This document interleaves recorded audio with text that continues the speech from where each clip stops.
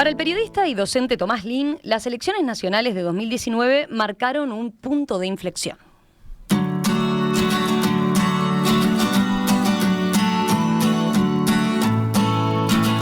No solo por el cierre del ciclo de 15 años de gobierno frente amplistas. Para él, lo que se cerró es un ciclo más grande, de los políticos que protagonizaron los 35 años luego de la vuelta de la democracia. Ahora es tiempo de nuevos liderazgos, que atraviesa a todos los partidos. El presidente Luis Lacalle Pou es, según él, el mayor exponente de una nueva generación de líderes con características distintas a las de sus antecesores.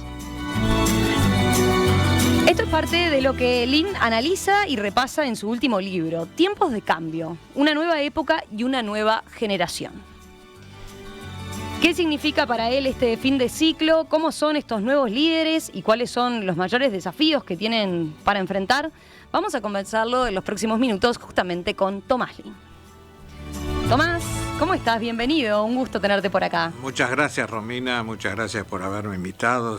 Es un gusto estar conversando sobre estos temas acá. Te hago una pregunta primero, digamos, bien general. ¿Qué te hace pensar que el periodo entre 1985 y la victoria de Lacalle Pou supone, digamos, un periodo en sí?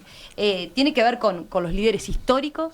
Tiene que ver con líderes históricos, sin duda, y tiene que ver también con determinados procesos que se fueron dados y que terminan de compaginar ese periodo, ¿no? Se termina la dictadura, vuelve la democracia, vuelven los grandes partidos como protagonistas, se alternan en el gobierno, se da incluso ese ciclo que muchos consideraban imprescindible como para terminar de redondear esa transición de la dictadura a la democracia, que es que el Frente Amplio llegara al gobierno y que el Frente Amplio entregara al gobierno, ¿no? Es decir, que completara el ciclo de alternancia.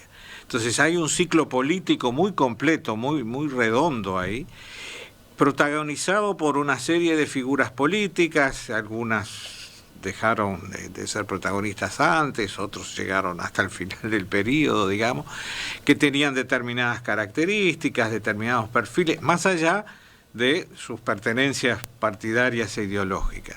Entonces todo eso conforma un periodo muy interesante porque es el periodo más largo de duración de la democracia y además una democracia muy estable. Sortió cosas muy interesantes. Primero, que manejó bien la alternancia, incluso permitiendo sin conflictos y sin traumas la llegada de un partido que nunca había estado en el gobierno, como el caso del Frente Amplio. Sortió institucionalmente muy bien la crisis del 2002. Uh-huh. Es decir, sortió bien desde el punto de vista del funcionamiento institucional momentos que pudieron haber generado dudas, ¿no? Y fue una democracia muy estable. Dentro de esa estabilidad es que se da ahora este cambio de generación, de formas de hacer política, de época, como digo yo. Después entramos en los detalles de los liderazgos y en cada partido, ¿no? Y cada uno de los liderazgos, pero ¿cómo marcarías, digamos, esta época? ¿Qué la hace diferente ahora? ¿Por qué marcas el punto de inflexión? Bueno, primero porque los protagonistas son otros. Claramente. Bueno, vos mencionás, claro, ¿no? Claramente. La retirada Sí. Los últimos de esa primera época se han ido y se han ido en forma notoria. Quizás el caso más emblemático es el de Tabaré Vázquez, que termina su presidencia, mandato. Se retira desde su confinamiento por la pandemia, hace algunas declaraciones y a los pocos meses se muere. El otro caso muy emblemático es el retiro de los dos senadores el mismo día en una ceremonia muy que valora mucho lo institucional, pero son dos figuras muy emblemáticas. Sanguinetti y Mujica. Sanguinetti y Mujica, ¿no? El otro día yo escuchaba una entrevista a Sanguinetti donde él decía que antes de la dictadura él y Mujica eran enemigos. Y después de la dictadura, los dos jugando en el campo de las instituciones democráticas, pasaron a ser adversarios, ¿no? Entonces todo eso marca el fin de lo que fue.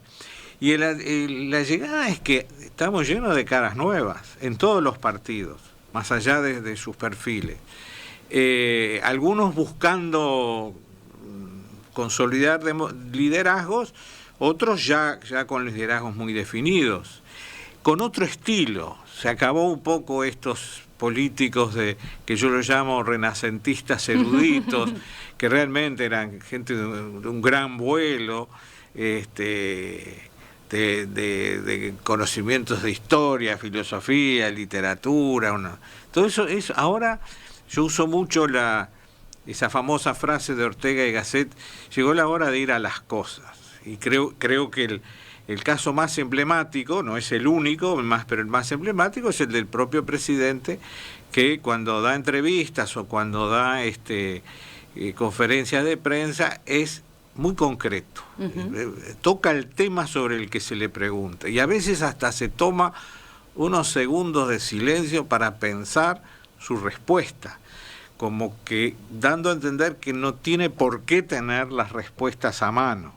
Entonces es todo un estilo diferente. Vos hablás de líderes, si no recuerdo mal, líderes que no es que hayan perdido la ideología, ni mucho menos, pero son más pragmáticos, ¿no? Son más pragmáticos, decías, a las cosas. Y eso se ve. Yo analizo todo este cambio en el Partido Blanco, el Partido Colorado, el Frente Amplio, el funcionamiento de la coalición, el surgimiento de Cabildo Abierto. Todos están pasando por este proceso, pero de maneras muy distintas, y eso lo hace más interesante todavía. Claro.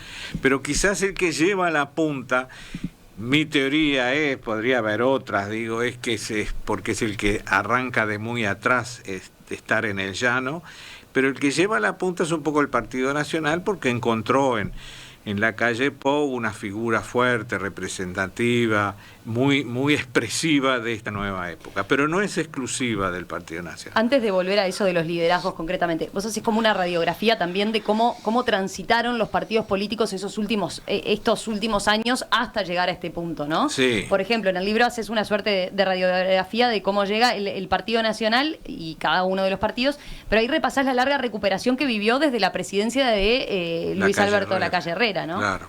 Sí, es el que arranca de más atrás, hay ahí disputas internas muy duras, cuestionamientos muy fuertes de un sector del partido hacia Lacalle Herrera. Lacalle Herrera trata de recuperar un poco su liderazgo, pierde una interna ante Larrañaga, después recupera ese espacio. En la elección que pelea con Mujica parece que vuelve a establecer ahí una base y un poco se le desdibuja, pese a lo cual ya ahí el Partido Nacional, con mucha diferencia, pero pasa a ser el segundo partido más grande del país, ¿no? Entonces, todo ese proceso que por momentos fue muy traumático, muy complicado, claro, va depurando y prepara al Partido Nacional, ya en la elección de 2014 se insinúa, para la elección de 2019, donde además yo digo que se da un fenómeno muy particular en el Partido Nacional, porque desde que yo recuerdo, y mirando la historia uno se puede remontar aún más atrás, siempre fue un partido con dos alas y dos líderes en competencia, y en competencia fuerte. Y ahora lo que vemos es un partido con varias corrientes, pero bajo un único liderazgo, que es el de Lacalle Pou. ¿Cuánto tiempo se va a sostener esto? No sé, pero no deja de ser llamativo que eso sea lo que está ocurriendo en este momento, ¿no? Y ahí es uno de los desafíos que tiene quizás el Partido Nacional, ¿no? Sí. ¿Qué pasa con su corriente o su ala más wilsonista si no queda...? Lo que pasa es que, y yo eso lo digo también en el libro, ya antes, cuando la competencia de Lacalle Herrera primero y Lacalle Pou segundo con Larrañaga era muy fuerte en cuanto a las figuras, en la segunda línea los dirigentes wilsonistas y herreristas no tenían tantas diferencias tan grandes y se entendían muy bien en sus estrategias parlamentarias, que es básicamente desde donde actuaban, ¿no? Entonces yo creo que yo hago una reflexión, especialmente a partir de la muerte de Larrañaga, ¿no? En qué está eso del wilsonismo y el herrerismo, ¿no? Y cuánto hay de wilsonismo en el wilsonismo, ¿no? Claro. Es decir, porque Wilson Ferreira fue un líder muy fuerte, y muy de coyuntura. Entonces, hay un legado ideológico, hay un legado, sí, lo hay, pero lo fuerte era su impronta personal en un contexto muy crítico.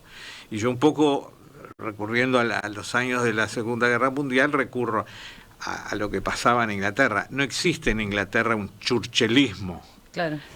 pero fue una figura que nadie puede pasar por alto, porque estuvo en el momento que había que estar e hizo lo que había que hacer en ese momento. Y con Wilson Ferreira pasa un poco eso. Más que un legado ideológico, fue una impronta que marcó una época. Entonces, ¿qué quiere decir hoy ser wilsonista? Y quiere decir muchas cosas. ¿Qué quiere decir hoy ser herrerista con este estilo nuevo que está imponiendo la calle Pou? No quiere decir lo que quería decir antes. Bueno, la política, la vida, todo es movimiento, y eso se está viendo con mucha claridad, ¿no? Después, al Partido Colorado, lo pintás en este momento, digamos, como en busca de su líder, más allá del análisis que haces de lo que ha sido en los últimos años, de lo que significó la crisis del 2002 para el Partido Colorado, pero lo pintás ahora en este momento como en busca de su líder.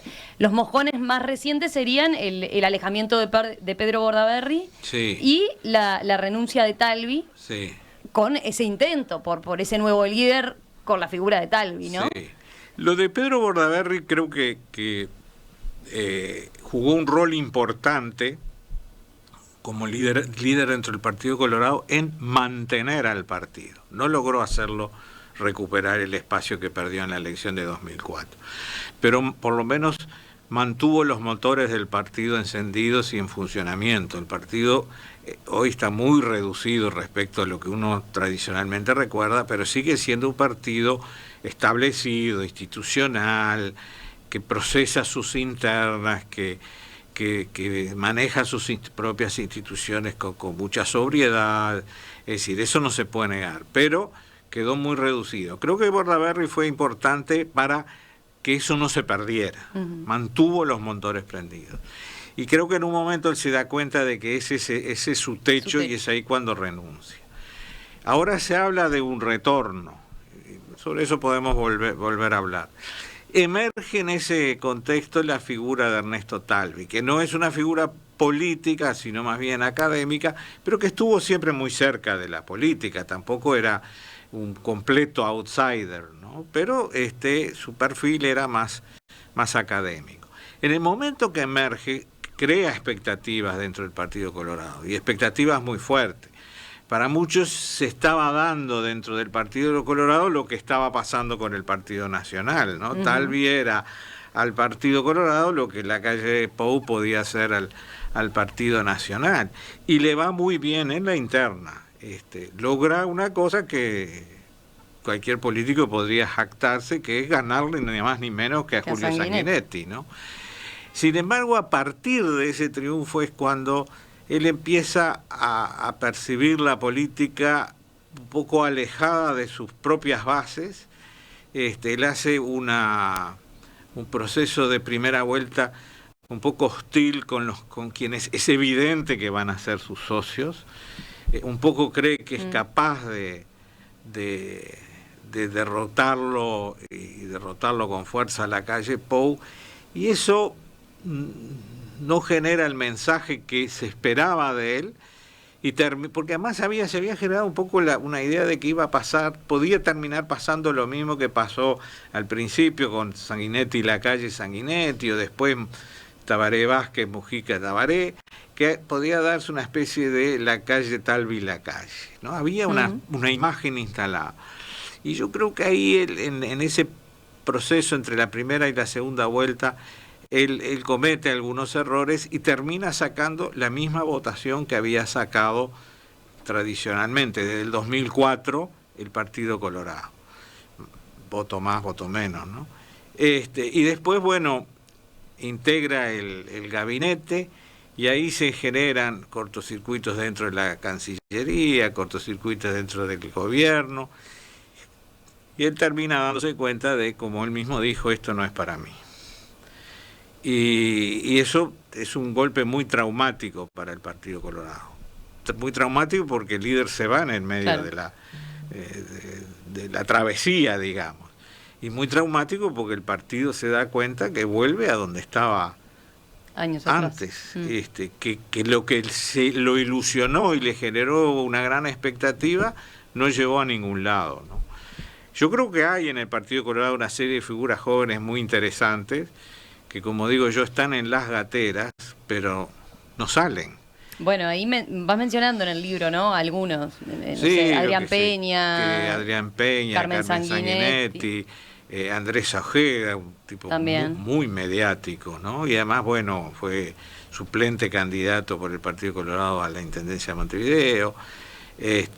Son figuras interesantes que trabajan y que están ahí, pero no emergen, es decir, se los ve como figuras prometedoras, pero todavía no se terminan de instalar, quizás sea muy pronto.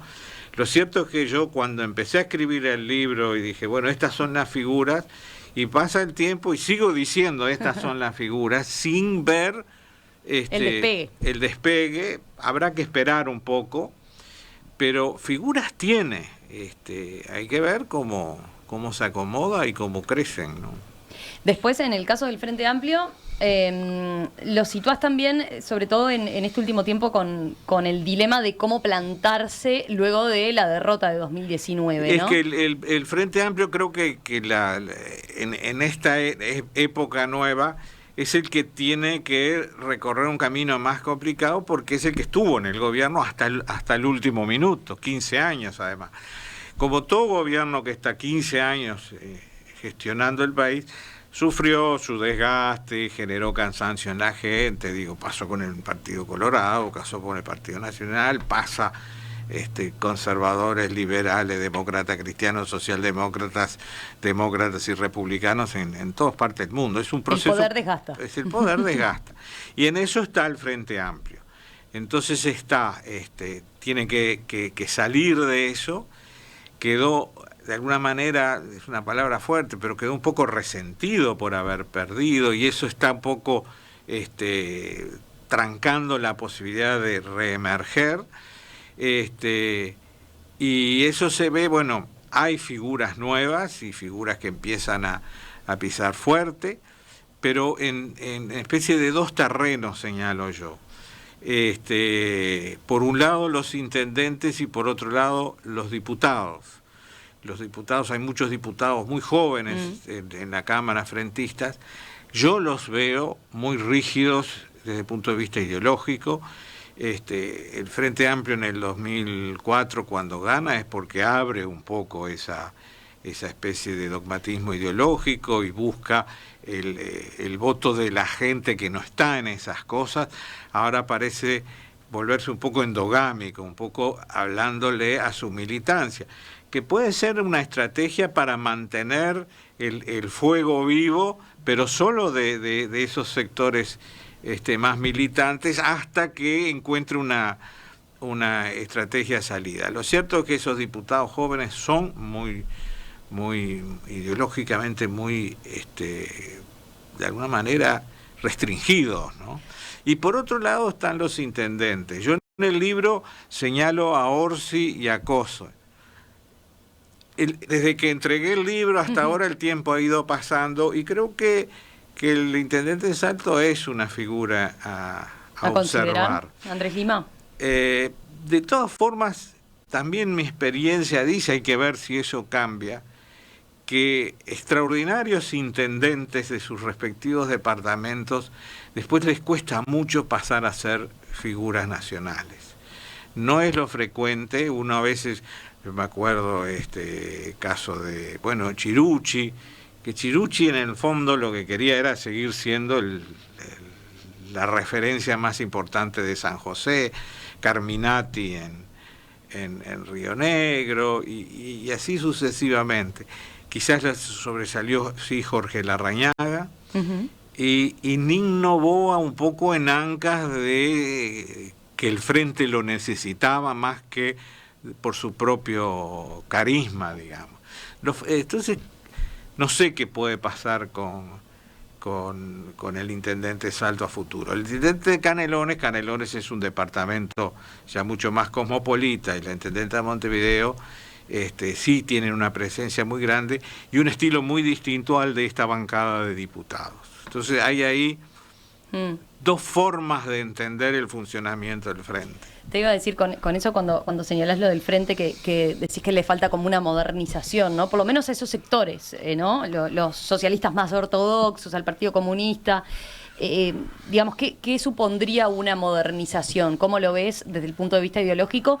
Y quizás, ¿por qué se lo reclamás a esos sectores del Frente Amplio? ¿Es quizás porque los partidos tradicionales ya hicieron esa modernización ideológica y al Frente todavía le falta eso? Bueno, lo que pasa es que no sé si los partidos tradicionales, especialmente el Partido Blanco, lo que hizo es una modernización de discurso y de liderazgo, ¿no? Ideológicas siguen siendo partidos de impronta republicana, liberal, ajustada a los tiempos actuales. El problema del Frente Amplio es que tiene históricamente en su seno partidos de fuerte impronta marxista, leninista, revolucionaria, etcétera, y partidos que a veces ni siquiera son marxistas, ¿no? Y en ese tironeo es que ha venido conviviendo ya mucho tiempo, y hasta gobernaron en medio de ese tironeo. Parecería ser que ahora que vuelven al llano, el sector más moderado se retrae y queda esa voz fuerte y cantante de los sectores más ideológicamente dogmáticos. ¿Se puede esperar una modernización en el Frente Amplio? Yo en el libro lo tomo ese tema y yo tengo mis dudas. Si uno repasa históricamente qué pasó con partidos fuertemente ideológicos de izquierda en el mundo, hubo renovación ideológica. Pasó con el Partido Socialdemócrata en Alemania, pasó con el Partido Socialista Español, pasó con el laborismo inglés, pero es un partido. Acá es una coalición. El Frente Amplio a veces lo vemos como partido, pero sigue siendo una coalición. Entonces, querría decir que todos sus socios tendrían que hacer una renovación y una modernación en simultáneo. Y es casi imposible imaginar que sea un partido colorado, un partido comunista o un MPP, sincronizando modernizaciones con sectores que ni siquiera son marxistas. Enseguida continuamos la entrevista con Tomás Lin, charlando a partir de su último libro, Tiempos de Cambio, una nueva época y una nueva generación. Hoy estamos hablando de Tiempos de Cambio, el último libro del periodista y profesor Tomás Lin.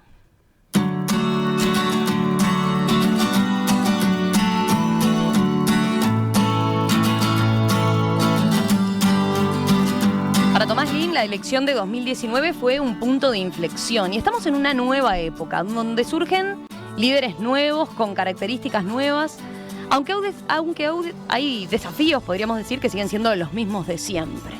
De eso estamos conversando hoy justamente con Tomás Lin.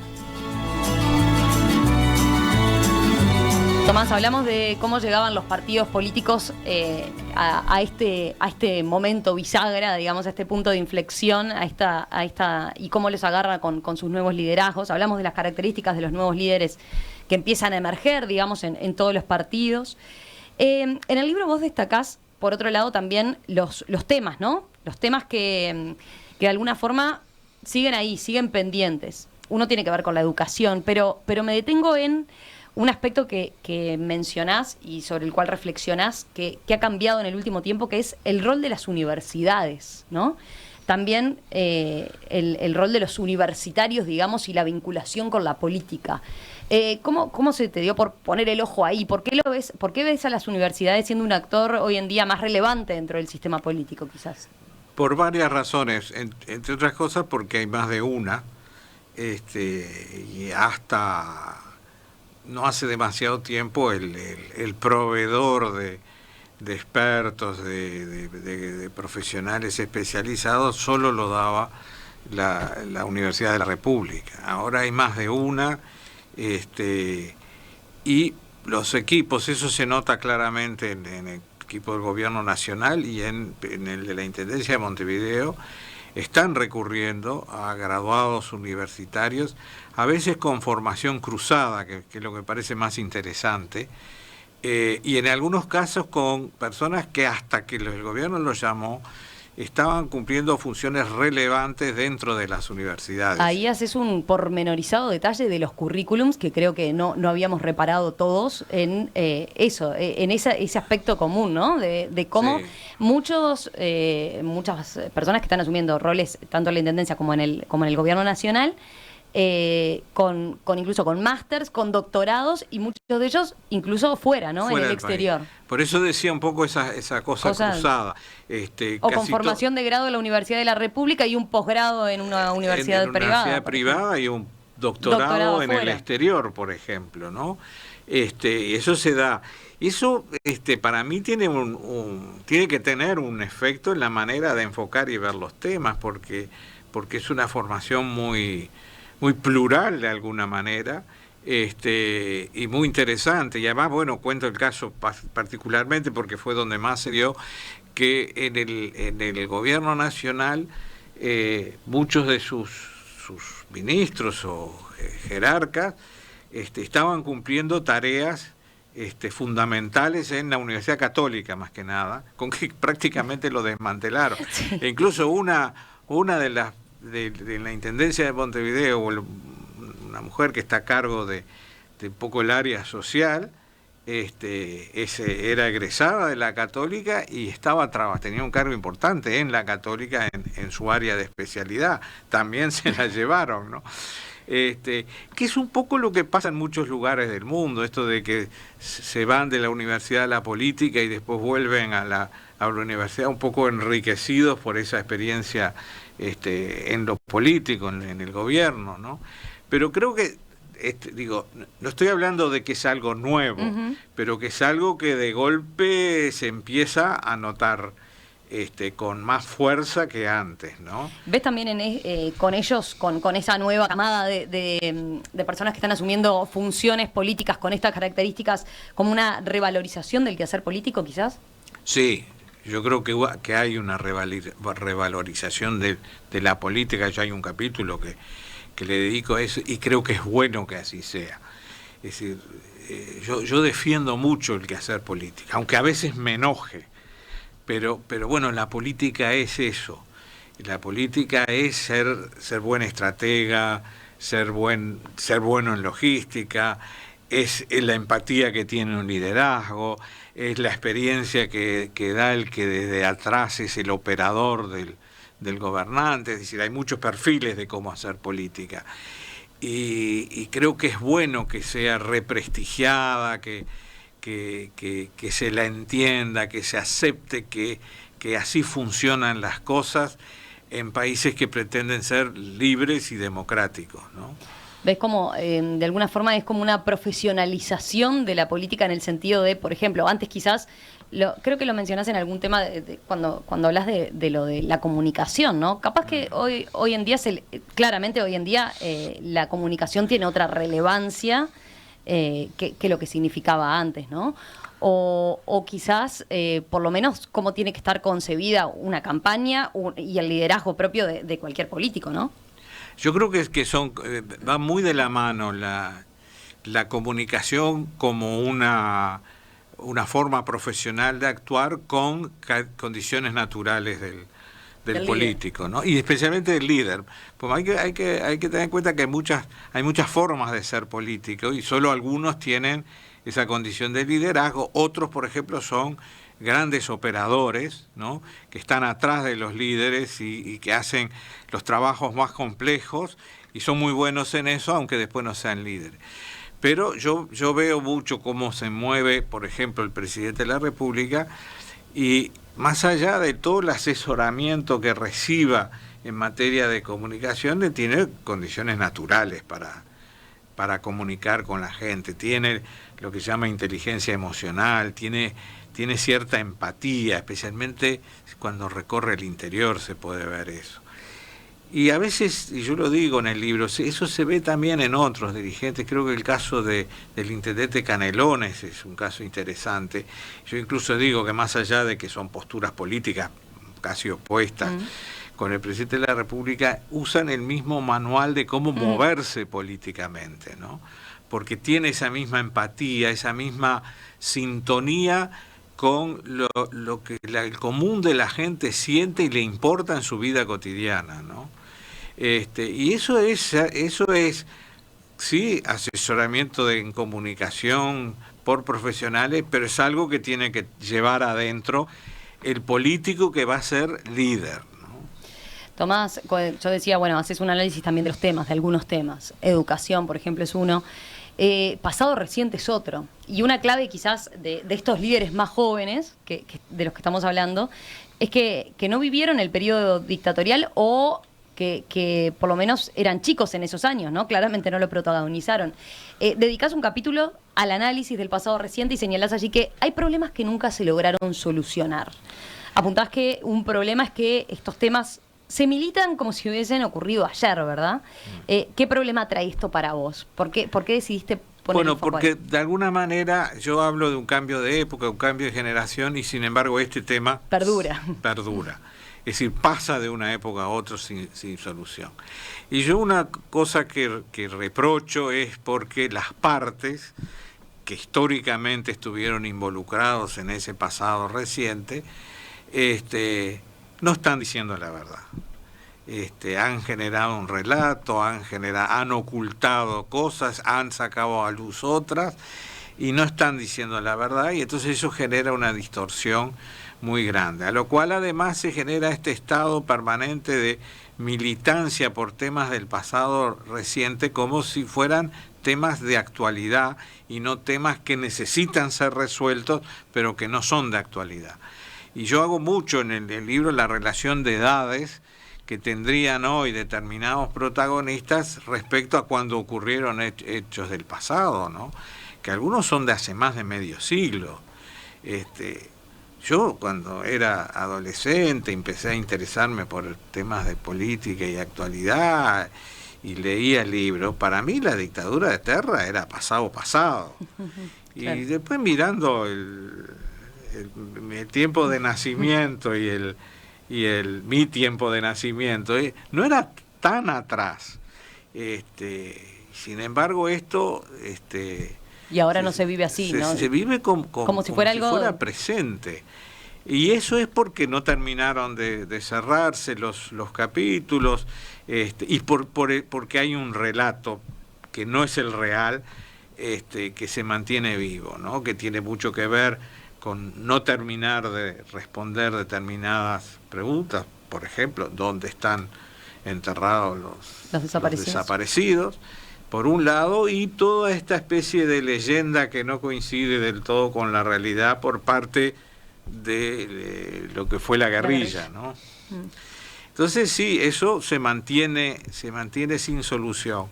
Sobre el final del libro, del capítulo ese, dedico un subcapítulo a este proceso que después que presenté el libro siguió evolucionando, que es el que está haciendo la formación en las carreras militares del ejército en cuanto a sus programas de estudios del pasado reciente. Y creo que es una apuesta muy interesante. Ahí hay el comandante en jefe del ejército, el general Fregosi, se jugó mucho a que esto era necesario hacerlo, y ha venido haciendo hasta elaborar el programa toda una serie de encuentros en el Instituto Militar de Estudios Superiores dirigido por el general Moreira, con periodistas, con politólogos de distintas visiones, ¿no? Con encuestólogos, digamos, y los han llevado y han, incluso yo fui invitado a uno entre varios periodistas. La vez que fui yo estaba Heber Gato también, y el encuestador Porsekansky, ¿no? Y realmente uno podía hablar con mucha franqueza y decir, bueno, pero ustedes estos capítulos no los terminan de cerrar, y mientras no los terminen de cerrar, no va a haber, va a seguir pendiente esa deuda. Y si bien es verdad que muchos de estos oficiales tampoco no vivieron esa época y sienten que cargan algo que no es suyo, pero la institución sí la vivió. Entonces hay ahí una tensión que habrá que ver cómo entre oficiales hoy de las Fuerzas Armadas que prácticamente algunos ni habían nacido, claro, cuando ocurrieron estos hechos, con la responsabilidad de la institución en esos hechos. Y ahí hay una tensión que habrá que ver cómo se...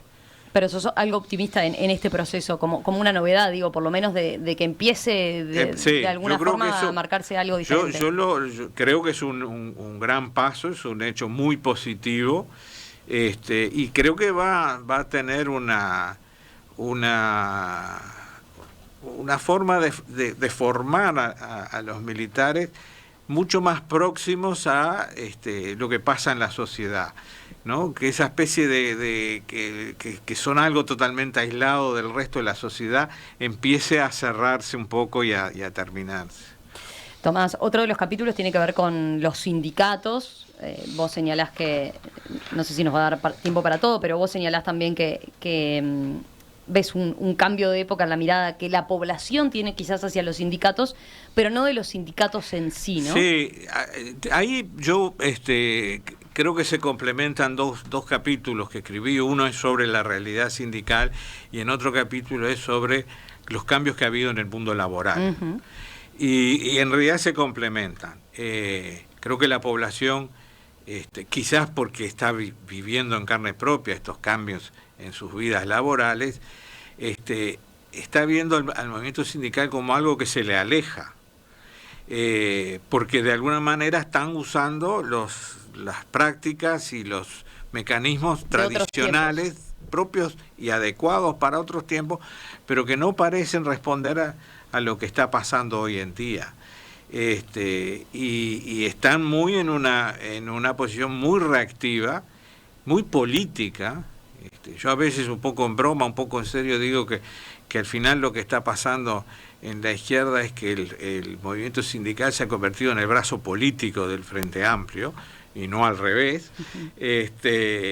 porque tiene una fuerza y una especie de necesidad de ejercer poder, pero poder político más que sindical, ¿no?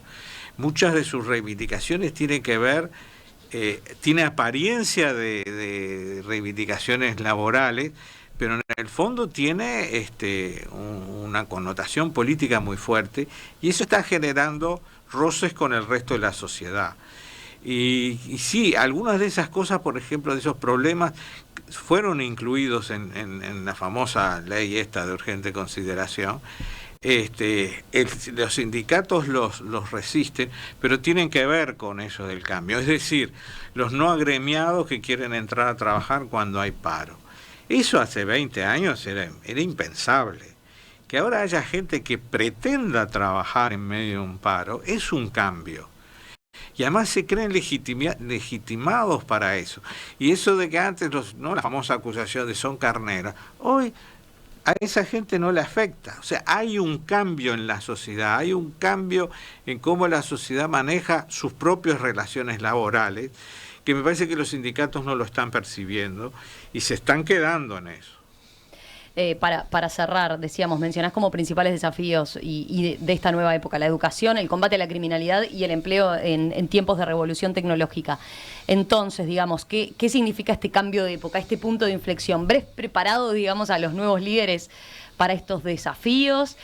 ¿Cuáles son las mayores amenazas que ves para lograr superar estos desafíos en esta nueva época? Yo no sé si están totalmente preparados, pero en esa especie de pragmatismo están respondiendo a los mensajes que se emiten en el mundo. Creo, por ejemplo, que uno de los desafíos que tiene Uruguay es su salida al mundo, ¿no? Y eso creo que se está empezando a entender con mucha claridad. hoy el presidente de la República está haciendo un viaje por Qatar. Por Qatar, porque además, es decir, ya había empezado las negociaciones con China, pero tiene claro, y creo que eso es muy importante, que los acuerdos de comercio no pueden ser con uno solo, ¿no? Y eso es lo que está buscando. Bueno, China sí, a ver qué pasa con Qatar. Y hay muchos espacios donde explorar. Estados Unidos, por ejemplo, ha reaccionado con un poco de celos ante este acercamiento uruguayo con China. Bueno, eso es una oportunidad de Uruguay para decirle, bueno, conversemos. La salida de Reino Unido de la Unión Europea, más allá de lo polémico que sea en Europa y en el Reino Unido, puede ser una oportunidad para Uruguay, para buscar ahí mercados. Hay señales que dicen, esperen, primero vamos a hablar con Australia y Nueva Zelanda, que son nuestros principales competidores. Creo que Uruguay igual debe presionar en esa dirección. Y no me sorprendería que el Reino Unido, sin apuro, pero esté dispuesto a conversar con Uruguay sobre ese tema. Entonces ahí eso se está haciendo sobre la marcha. Tú me decías, ¿están preparados? Y si no están preparados, se están preparando a porrazos, pero lo están haciendo, ¿no? Mira, estaba mirando los mensajes de los oyentes. Raúl dice que nota interesante, quiere ese libro ya. Después, me alegro. Se alegra Tomás, por supuesto, buen regalo de ahora para Papá Noel, por ejemplo. Tiempos de cambio.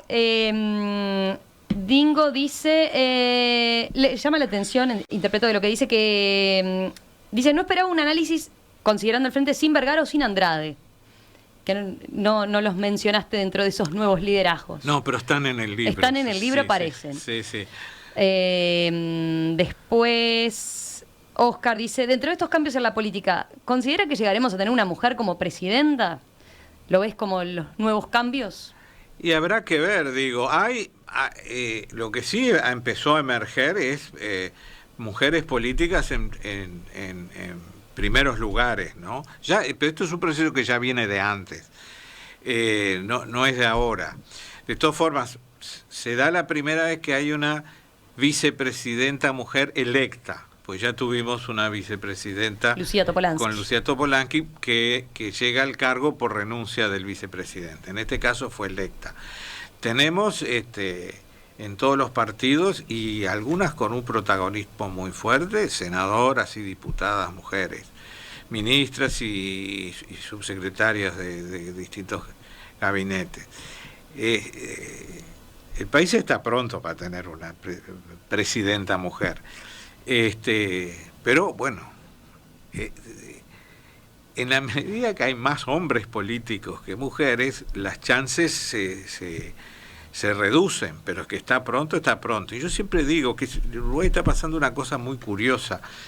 En muchas actividades profesionales, empresariales, sociales, las mujeres están llevando una delantera muy grande, no en política, y no sé por qué. Por la propia lógica a veces de la política. Pero la lógica empresarial era muy machista también, y ahora hay gerentas y, como se dice ahora, CEOs de primer nivel, médicas de primer nivel, todas las áreas, en la educación ni que hablar, juezas, pero ese último escalón se le hace difícil. En Perspectiva, una invitación para observar el Uruguay y el mundo, también en las redes sociales. Seguinos en Facebook, Instagram y Twitter. Tiempos de cambio, el nuevo libro de Tomás Lin. Tomás, un placer tenerte por acá, muchos éxitos, recomendado para todo el que le guste esto, análisis político, con tranquilidad, ¿no? Con un tiempo para reflexionar, para ver ese punto de inflexión que vos hallaste y que marcás y cómo lo sostenés y lo argumentás así tan claramente. Gracias y nos reencontramos en cualquier momento. Muchas gracias a ti, Romina, y una simple y pequeña aclaración. Este libro lo que intenta es reflexionar desde mi punto de vista sobre cosas que están pasando. No pretendo ni convencer, ni generar unanimidades. Me gusta que mis Pero libros ahí está, sean discutidos con mis lectores. Ahí está. De eso se trata, ¿no? De despertar la curiosidad del intercambio, el debate en el buen sentido, el debate con respeto. Así que, Tomás, gracias y felicitaciones de vuelta. Muchas gracias a ti, Romina, por esta muy linda charla.